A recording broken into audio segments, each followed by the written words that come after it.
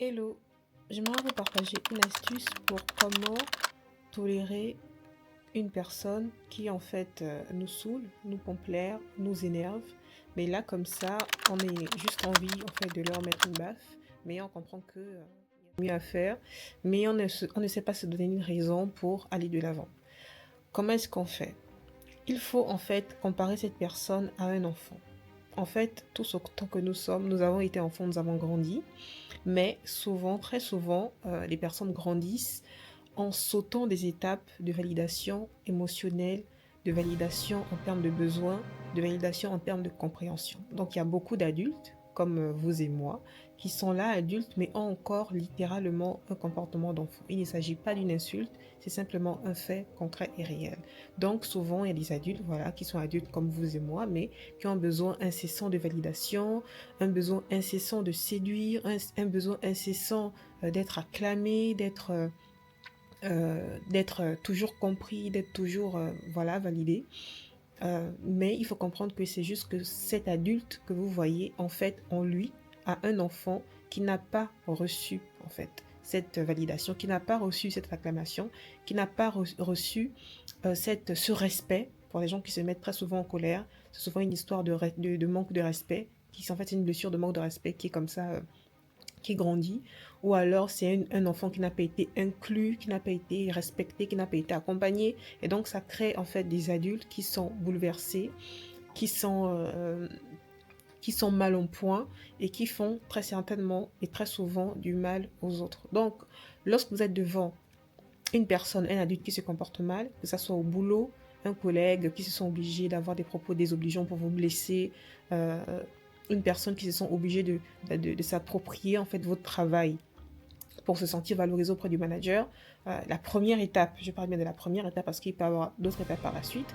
La première étape, c'est de dire que cette personne, si elle se comporte ainsi, c'est qu'elle en a besoin, en fait. Elle en a besoin. Elle ressent viscéralement le besoin de se comporter ainsi pour valider quelque chose d'insécure en elle. C'est comme par exemple un enfant, c'est pas moi, par exemple, un nouveau-né. Supposons que voilà, vous êtes invité au baptême d'un nouveau-né et comme ça, avec la joie, l'élan des retrouvailles, etc., vous prenez le nouveau-né dans vos bras et pas de bol, le nouveau-né vient de prendre son biberon et il vous vomit dessus, en fait. Le bon sens veut que vous ne vous fâchiez pas devant l'enfant, en fait. Vous comprenez que l'enfant, le nouveau-né n'a pas fait exprès de vomir sur vous. C'est que le nouveau-né, comme ça en croissance, submergé par les émotions, submergé par les mouvements, bah, vous le bousculez, il ne sait pas encore faire de la rétention au niveau de son estomac, bah, il vomit sur vous. Vous comprenez que c'était son besoin urgent à ce moment-là pour se libérer, pour se soulager. En fait, il faut avoir cette hauteur d'esprit, non pas par condescendance, mais vraiment hauteur d'esprit de se dire que telle personne qui agit mal devant moi, vis-à-vis de moi, telle personne qui me vomit dessus, j'ai l'impression que son comportement, c'est comme si elle me vomissait dessus, ben en fait, elle en a besoin. Elle en a besoin. Elle a besoin de monter d'un niveau, elle a besoin de grandir davantage pour consolider les choses en elle, pour se comporter comme un adulte respectueux qui comprend, qui sait se prioriser tout en respectant les autres, bien évidemment. Voilà, c'en est fini pour moi pour l'épisode d'aujourd'hui. Je m'excuse vraiment pour la messe qu'il y a derrière moi.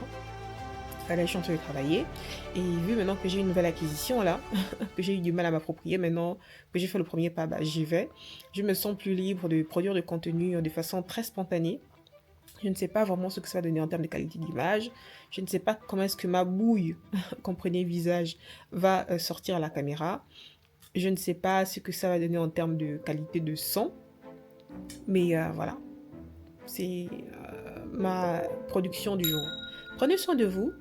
Abonnez-vous à ma chaîne, restez connectés. Je vous invite également à vous procurer la masterclass que j'ai mis en place pour apprendre à vivre de son hypersensibilité en contexte professionnel. Et j'ai également produit plein de contenus gratuits que vous pouvez aller voir, voilà, par curiosité. Ok, par curiosité et voilà. Un niveau à la fois. Ciao.